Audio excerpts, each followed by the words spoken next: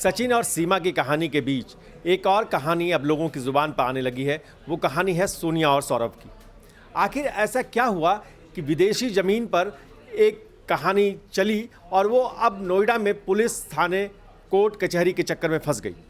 आखिर सोनिया और सौरभ के बीच का ये पूरा मामला क्या है, इस पर पूरी रिसर्च जिस साथी ने की है, आशीष दीक्षित, उसी से बात करते हैं। आशीष, आज चकल्लस में हम बात कर रहे हैं सौरभ और सोनिया की। क्या है पूरा मामला? पूरा मामला ये एक तरीके से दो फेज में देखा जा सकता है। सौरभ की तरफ से हनी ट्रैप कहा जा रहा है, जो सोनिया है उसकी तरफ से एक अपने पति को पाने की कोशिश दिखाई जा रही है। बांग्लादेश से कैसे वो टूरिस्ट वीज़ा पर ढाका से चलकर नई दिल्ली आती है और नोएडा आती है। नोएडा के बाद वो पूरे प्लान के साथ आती है। वो अपने डॉक्यूमेंट सारे लेके आती है, शादी, निकाहनामा, कोर्ट के सारे कागज़, इसके अलावा वीज़ा, जो टूरिस्ट वीज़ा पर आती है। और वो ये दिखाने की कोशिश करती है कि मेरे पति ने मुझे धोखा दिया, उसकी यहाँ शादी हुई, उसने उसको बताया नहीं। अब वो इस कोशिश में जद्दोजहद में है कि सौरभ की तरफ से उसको अपना लिया जाए, उसके बच्चे को अपना लिया जाए। एक तरीके से एक महिला की जंग के तौर पे वो दिखाने की कोशिश कर रही है। नोएडा पुलिस इसमें आई, इसमें नोएडा पुलिस भी आई। नोएडा पुलिस ने दोनों को, सौरभ सोनिया को, दोनों को बिठाकर समझाने की कोशिश की, वो केस दर्ज होने से पहले। मैं आप पूरी कहानी बताएं। सौरभ की उम्र का क्या खाका आपके पास है और सोनिया की उम्र का क्या खाका? देखिए, सोनिया की उम्र 30 साल है, उसने अपने मुंह से बताया। सौरभ की उम्र करीब 52 के आसपास है। सौरभ कांत तिवारी नाम है, 52 के आसपास है। सोनिया का कहना है कि उसने जब प्रपोजल दिया 2017 में, नौकरी करने गए थे सौरभ ढाका, वहाँ उसकी कंपनी में इसने काम किया। उस समय उसकी उम्र 24 साल के करीब, उस समय करीब 24-25 साल रही होगी। तो उस टाइम वो उसकी कंपनी में आई। सौरभ ने कई बार, जैसे कहते हैं, देखते होंगे आपकी भाई, उसने कई बार प्रपोज किया। वो 24-25 की और ये 50 के, करीब 45-50 48। हाँ। तो उसने कहा कि मैं तुमसे शादी करना चाहता हूँ, प्यार करना चाहता हूँ, ये सोनिया का कहना है। तो उसके बाद उसने मना कर दिया। उसका कहना है कि मैंने मना कर दिया, मुझे बहुत बड़े हैं, ये है, मैं कैसे। तो उसने कहा नहीं, मैं आपके लिए, धर्म भी दूसरा है, बोले नहीं मैं आपके लिए धर्म भी चेंज कर लूँगा, मैं आपको पसंद करता हूँ, मेरी बीवी मर चुकी है। उसका, सोनिया का कहना है, मेरी बीवी मर चुकी है। फिर धीरे धीरे बात बनी, धर्म जब चेंज हुआ, क्योंकि जो एफिडेविट वो दिखा रही है उसमें इसने इस्लाम कबूल किया है सौरभ ने। इसने सौरभ तिवारी से तिवारी नाम हटा दिया, केवल सौरभ रखा है बस। इस्लाम कबूल करने के बाद दोनों की शादी हुई है। लेकिन धीरे धीरे जब उसको बच्चा होता है, 1 साल तक वहीं रहते हैं।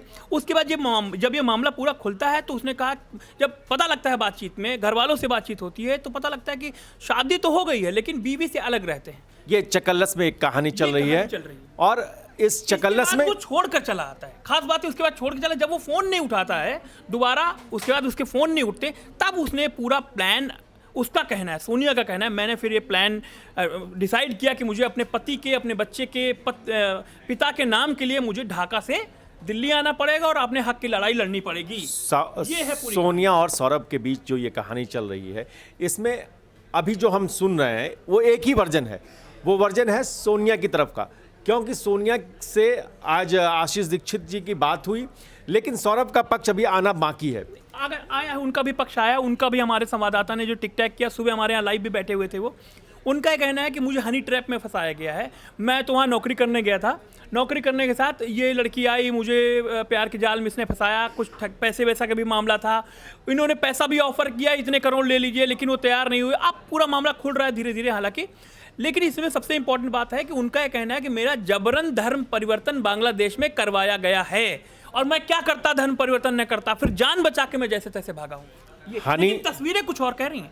तस्वीरें कह रही हैं कि बच्चे के साथ वो रह रहे हैं, खेल रहे हैं, डांस कर रहे हैं, पार्टी कर रहे हैं। वो वीडियो सारे सोशल मीडिया पर हैं। एक बहुत अहम पॉइंट है, जिस तरीके से आपने जिक्र किया है, मैं ये समझने की कोशिश कर रहा हूँ। अगर सौरभ ये इल्ज़ाम लगा रहे हैं कि हनी ट्रैप किया गया है, हनी ट्रैप के अंदर फंसाने की कोशिश की गई है, तो जब वो यहाँ पर आ जाती है और आने के बाद यहाँ पर एक कहते हैं कि किसी उसको होटल में भी रुकाया गया है, उसका बिल वगैरह वो दिखा रही है, तो फिर वो क्या है? अगर वो हनी ट्रैप में उस वक्त वहाँ पर था और वो ये कह रहा है कि भाई मेरे को इस्लाम ज़बरदस्ती जो है अपनाया गया है, मुझे कराया गया है, धर्म परिवर्तन कराया गया है। आपके कहने का मतलब है कि सौरभ जब अब फंस गए हैं पूरे मामले में, तो अब इसको हनी ट्रैप की शक्ल दे रहे हैं। इसको जब वो हनी ट्रैप में नहीं बचते हैं तो वो कहते हैं कि मुझे जबरन धर्म परिवर्तन कराया गया।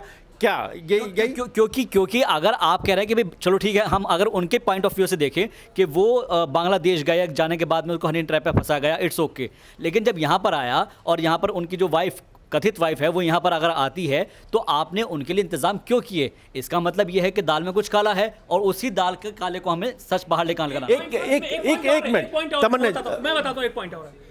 ये दाल में काला वाली पॉइंट की बात इसलिए अहम हो जाती है क्योंकि जब ये पूरा मामला आता है तो सौरभ की तरफ से कहा गया कि मैं फंस गया था, अब मैंने बांग्लादेश में तलाक की अर्जी दाखिल कर दी है। एक देखिए, इस कहानी में कहानी में कई सारे ट्विस्ट हैं और इसको कई बार हम लोगों को समझना पड़ेगा उस महिला के अंदर कैरेक्टर में जाकर, एक पुरुष के कैरेक्टर में जाकर, कि आखिर दोनों के मन में, जहन में क्या चल रहा है। तमन्ना इस बातचीत में हमारे साथ आ रही हैं। तमन्ना एक 25 साल की लड़की और एक 50 साल का, 45 साल का अधेड़, क्या इस पूरी कहानी में आप क्या देख रही हैं? देखिए, इस तरह के मामले पहले, हालांकि सचिन और सीमा का जब मामला सामने आया उसके बाद से इस तरह के जो मामले हैं लगातार लाइमलाइट में आने लगे हैं। और जिस तरह से ये जो महिला है बांग्लादेश से आई है और सौरभ पर जो है इल्ज़ाम लगाए जा रहे हैं। सौरभ का कहना है कि हनी ट्रैप में उसे फंसाया गया है, वहीं महिला जो अपना पक्ष रख रही है। लेकिन अगर सौरभ का कहना है कि उसे हनी ट्रैप में फंसाया गया है और जब महिला भारत में आई है उसके बाद ही मामला उठना शुरू हुआ, तो जब सौरभ वापस भारत आया था, जब वो नौकरी करने गया था, वापस वो भारत आया था, तो आते ही उसने इसकी शिकायत दर्ज क्यों नहीं करवाई और अब ये मामला लाइमलाइट में क्यों आ रहा है? पहले मामला क्यों नहीं दर्ज कराया? अगर उसका जबरन धर्म परिवर्तन कराया गया था, अब क्यों वो करवा रहे हैं? ये तमन्ना कह रही हैं। आप सर, सबसे बड़ी बात, चाहे हिंदू धर्म हो चाहे मुस्लिम धर्म हो, बिना तलाक के आप दूसरी शादी नहीं कर सकते, फिर पहली शादी को तोड़े बिना आप दूसरी शादी नहीं कर सकते। तो वहाँ से आगे से शादी भी की, सब कुछ किया, तो ये हनी ट्रैप तो नहीं हो सकता सर। कुछ ना कुछ तो है इसके पीछे, वो अभी हम जब कार्रवाई इस पर करेंगे तब उस पर पता चलेगा। आप क्या कर रहे हैं वफा? हमें इस बात का ध्यान रखना है, चकल्लस में हम हमेशा इस बात का ध्यान रखते हैं कि किसी की डिग्निटी, किसी व्यक्ति की कानूनी अधिकार, उसको समझना, और उसके दायरे में हमारा जो सवाल ये है कि क्या जो ये कहानी पूरी आ रही है सामने, उसमें कौन किधर, कानून का पक्ष किधर है, तर्कों का पक्ष किधर है, और कौन है जो एक झूठी कहानी गढ़कर एक बातचीत को कहीं और ले जाना चाहते हैं। हम सिर्फ समझते हैं और हम सिर्फ सवाल उठा रहे हैं। सोचना, देखना दर्शकों का काम है। वफा जी सर, हनी ट्रैप का मामला तो ये बिल्कुल भी नहीं लगता है। ये मामला है धोखाधड़ी का, क्योंकि ना तो सौरभ ने कहीं पर पहले ये आरोप लगाया कि मेरा धर्म परिवर्तन कराया गया। हालांकि ये तो है कि जब वहाँ से बांग्लादेश से सौरभ वापस आए तो उन्होंने ये कहा है कि वहाँ पर मैंने बांग्लादेश की कोर्ट में डाइवोर्स का केस डाल रखा है। तो डाइवोर्स का केस डालने के साथ साथ में वो ये भी तो वहीं पर आपत्ति लगा सकते थे कि मेरा धर्म परिवर्तन ज़बरदस्ती कराया गया है, तो उस पर भी वहाँ पर सुनवाई चल रही होती। तो ये इसमें अब बातचीत में हैप्पी आपकी एंट्री बहुत अहम हो जाती है, क्योंकि आप बहुत शार्प तरीके से चीज़ों को देखते हैं। आप क्या दूर से देखकर जो कहानी आ रही है? देखिए सर, ये जो कहानी आया है, जो मामला आया, तो मुझे लगता है ये जांच और पड़ताल का विषय बन चुका है। मोहब्बत हो तब साथ में रहा जा सकता है, जहाँ मोहब्बत ही नहीं, साथ में रहने की फिर जिद किस बात की। कहीं ना कहीं इस स्टोरी में मतलब मुझे लगता है कि जो लड़का है उसके साथ, उस लड़की के साथ में रहना नहीं चाहता है। यानी कि अब तो साथ में रहने का विषय तो है ही नहीं, जब मोहब्बत ही नहीं तो साथ में क्या ही रहना। अब ये कानून का विषय हो चुका है और कार्रवाई का विषय हो चुका है। अब जांच के बाद ये रियलिटी पता चलेगा लड़का दोषी है। अगर साथ में रहना नहीं था तो फिर शादी क्यों की? यही तो विषय। अगर मान शादी होने के बाद भी डाइवोर्स होते हैं तो जाहिर सी बात है, जब दिल नहीं मिल रहे होते हैं तो साथ रहने के कोई दूसरी शादी की है, पहली शादी नहीं की है, दूसरी शादी क्यों की? बात ये, और ये उसके कानून के खिलाफ से भी ये तो एक इंसान की दिल लगी और दिल पे जाकर के मतलब रुक जाता है, ठहर जाता है कि उसे अब क्या करना है जिंदगी में। अब तो इसका क्या कर सकते हैं? इंसान दिल लगी है, दिल फेक आशिकी है, फेक हो जाए तो ठीक, क्या ही कर सकते हैं। इंसान ये हमारे साथ भारती हैं। भारती, आप इस तरह की खबरों को लगातार देख रही हैं, क्या समझ में आ रहा है आपको? सर, आज मैंने उनका इंटरव्यू देखा था, आशीष सर ने उनका इंटरव्यू लिया है, तो उन्होंने बताया कि उन्हें फंसाया गया था, उनसे झूठ बोला गया था कि उनकी पहले शादी नहीं हुई है। सौरभ ने झूठ बोला था उससे, और वो जब अब वो एक बच्चे के साथ बांग्लादेश से यहाँ आ गई है तो उनकी रिस्पॉन्सिबिलिटी बनती है कि वो अपनी रिस्पॉन्सिबिलिटी उठाएं, जबकि वो उससे पीछे भाग रहे हैं और मुकर रहे हैं कि वो उनकी पत्नी नहीं है। जबकि उसका कहना है कि उसके पास सारे लीगल डॉक्यूमेंट हैं और जो जहाँ पे उन्होंने निकाह किया था उसके डॉक्यूमेंट हैं। और जैसे कि ये बोल रहे थे दिल लगी की बात है, तो दिल लगी का तो फिर ये रहा कि कोई कितनी भी शादी कर ले और किसी दिन भी मुकर जाए जाके कि मेरा दिल यहाँ से ख़त्म हो गया, यहाँ से मेरी चाह ख़त्म हो गई या कहीं और दिल लग गए, फिर ऐसे तो फिर रिश्तों का मतलब ही नहीं है। तो ये तो हमारा समाज और ये हमारा संस्कार मतलब इसका जिम्मेदार है कि हम किस कदर अपने आप को आगे तक ले जाते हैं, अपनी सोच को कैसे हम निखार पाते हैं, उस संस्कार से, उस रिवाज से कैसे जुड़ पाते हैं। किसी के नहीं सिखाते कि आप ये सब चीजें करो, किसी के माँ बाप या किसी का परिवार, कोई मजहब ये नहीं सिखाता आपकी ये सब चीजें करो। आप एक शादी छोड़ के दूसरी कर लो, दूसरी छोड़ के तीसरी कर लो, ये किसी के हमारा समाज जो विरासत में दिया हम उसे नहीं संभाल पाएंगे तो जरूर फेक ही बन जाएंगे। नहीं, हमारी गलती कैसे, उनकी गलती है, उनकी गलती है। नहीं, यूथ की गलत कम, जो अपने राह को भटक जाएं, युवा कोई भी है राह को भटक रहे हैं ना मैम, राह को भटक रहे हैं। कहीं ना कहीं हर किसी के मजहब में है कि प्यार मोहब्बत हो, लेकिन प्यार मोहब्बत ना हो करके वो दिल फेक हो जा रहे हैं। लेकिन कई बार ऐसा भी लगता है जब आप इस पूरी कहानी में देखते हैं तो आप ऐसा नहीं लगता आपको कि सोनिया की तरफ से भी कहीं ना कहीं एक पूरे मामाले में समझने में चूक है? क्योंकि आप एक चीज़ तो देख रहे थे कि एक आदमी कहीं से आया है, 50 साल का आदमी, उसकी पुरानी फैमिली, सोनिया को उसने उसके बारे में इंफॉर्मेशन इकट्ठा करने की कोशिश नहीं की और उसने जानने की कोशिश नहीं की उसके बारे में, और आंख बंद कर किसी भरोसा कर लेना ये कोई ठीक बात नहीं है। हमें अवेयर रहना चाहिए ऐसे लोगों से, ताकि बाद में हमें ऐसी किसी सिचुएशन का सामना नहीं करना पड़े। नहीं तो कल के दिन ऐसे काफ़ी सारे लोग मिलते हैं जो झूठे प्रोमिसेस करते हैं और हम उनके बहकावे में आ जाएं, ये तो फिर हमारे ऊपर है ना। हमें इतना अवेयर होना चाहिए, इतना अपने खुला रखना चाहिए अपने उसको कि हम इन सब चीज़ों से बच सकें। नहीं, और ख़ास करके जब आप किसी ऐसे सिचुएशन में जाते हैं जहाँ पर कि फासला बहुत ज़्यादा हो, आपके पद का फासला बहुत ज़्यादा है, आपकी उम्र का फासला बहुत ज़्यादा है, तो हम 4 बार तहकीकात करते हैं। तो क्या तहकीकात करने में कहीं चूक हुई?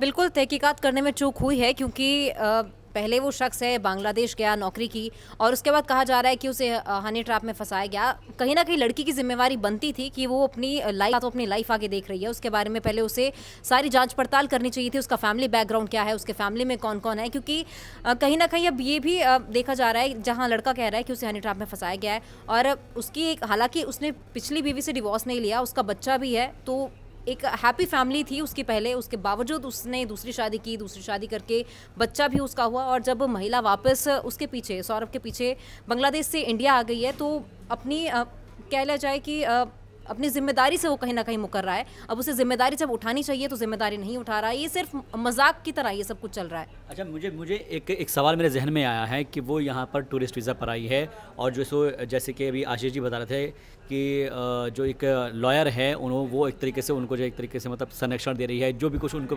रहने का इंतज़ाम कर रही है। बट कब तक ये टूरिस्ट वीज़ा कितने दिनों तक चलेगा? क्या उसको बढ़ाया जाएगा? और फिर क्योंकि कोर्ट वीज़ा अभी जो अप्लाई किया अपने वीज़ा को आगे बढ़ाने के लिए अप्लाई करेगी और सिटीजनशिप के लिए अप्लाई करेगी, ऐसा उसका बोलना था कि वो यहाँ से नहीं जाने वाली, वो अपना हक लेके रहेगी। आज मैंने उसका इंटरव्यू सुना तो वो बोल रही थी कि हम यहाँ से नहीं जाएंगे, ये देश हमारा घर है और ये हमारे बच्चे का घर है। क्या इसको दूसरे एंगल से भी देख सकते हैं कि जो हम देखते हैं कि जो बाहर के लोग हैं बांग्लादेश से आ जाते हैं, कहीं से भी आ जाते हैं। अभी हमने देखा है कि पाकिस्तान की सीमा हैदर हो गई या बांग्लादेश की, उसके लिए कोई वो दिल से वो नहीं है। सीमा हैदर वो भी दूसरी कंट्री की ना, पाकिस्तान हो, बांग्लादेश हो, यूएस हो, कोई भी हो, पर है तो दूसरी कंट्री की ना।